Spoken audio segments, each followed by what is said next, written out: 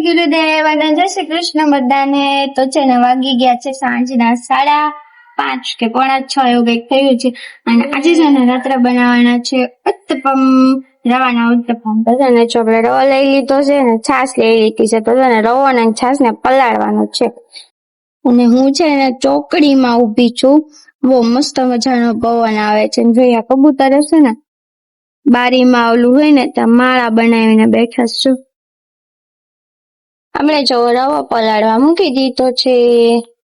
જો આટલો હવે કન્સિસ્ટન્સી રાખી છે. પછી જરૂર પડે છે તો થોડીક છાશ કે પાણી એવું કઈ નાખશું, ખાટું જે પ્રમાણે હોય એ રીતે. અને મેં છે ને ઝીણો જ રવો લીધો છે. જાડો તો હું યુઝ નથી કરતી, મને નથી મજા આવતી.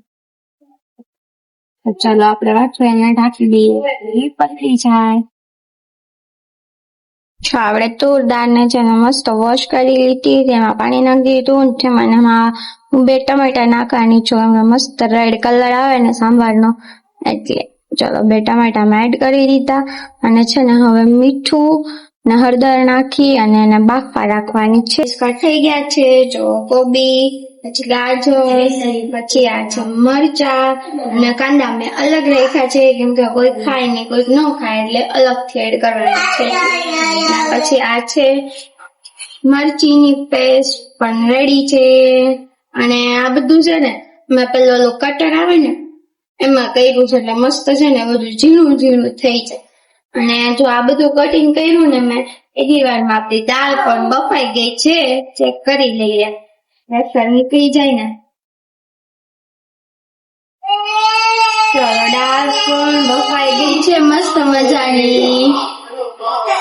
હવે સાંભાર વઘારવાનો છે અને રવો પણ પલળી ગયો છે.